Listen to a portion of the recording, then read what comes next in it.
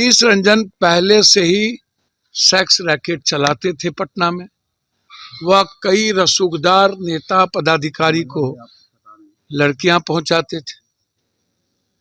उनकी पूरी करतूत, उनका मोबाइल, उनका लोकेशन पूरी क्यों नहीं खंगाली जा रही? उनके सीसीटीवी फुटेज, वो कहाँ थे उस वक्त? लड़की पटना आई, 5 तारीख को 3 बजे वो पटना हॉस्टल में चली गई। हॉस्टल के बाद वो निकली नहीं।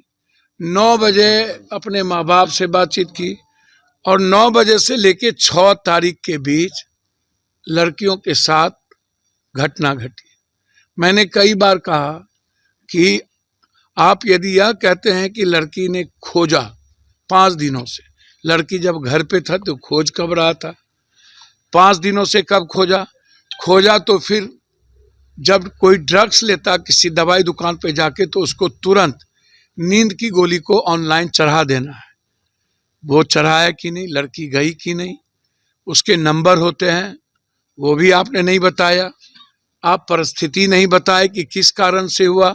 माँ बाप से डिप्रेस में थे, परिवार में कोई दिक्कत हुई थी, गांव में कोई प्रॉब्लम था या पटना में कोई प्रॉब्लम था? कौन टॉर्चर कर रहा था और कौन ले गया? आप इसका भी अभी तक नहीं बताए। ले कौन गया? आप उस सीसीटीवी के फुटेज के बारे में भी नहीं बता रहे। उसके रूम को साफ किसने किया वो भी नहीं बता रहे। सहजानंद सरस्वती के यहाँ से जब सहजानंद जी क्यों नहीं लिख रहे हैं भाई? सहजानंद जी किसके दबाव में हैं? क्यों डरे हुए हैं? जब सहजानंद के यहाँ इलाज हुआ तो क्या उसने नहीं देखा कि उनके घुटने छिले हुए थे?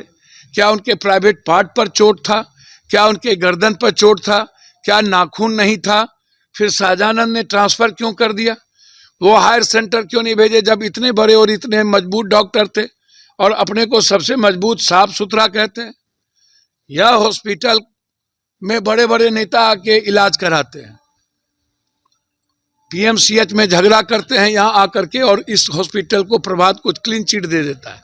एक नेता इसी हॉस्पिटल में आके इलाज कराया था और इस हॉस्पिटल को सबसे बेहतर हॉस्पिटल बताया था, और इसी हॉस्पिटल में इतना जघन अपराधी। इस हॉस्पिटल पर कोई क्यों नहीं बढ़ता है? क्यों कोई चर्चा नहीं करता है? क्या कारण है कि नेताओं को की चुप्पी हो गई? और जब हम उसके घर गए थे, उसके घर जाने के पहले तक कोई एक आदमी उनका गांव जाने की हिम्मत क्यों नहीं जुटाया? बड़े बड़े कैबिनेट मिनिस्टर और मंत्री जहानाबाद में थे, उसके घर क्यों नहीं गए? कोई नेता बोलने को तैयार क्यों नहीं था? हम तो शुरू दिन से कह रहे थे कि बलात्कार की परिस्थितियां हैं, घटना घटी है। उस पंचायत के मुखिया जी लगातार हमारे संपर्क में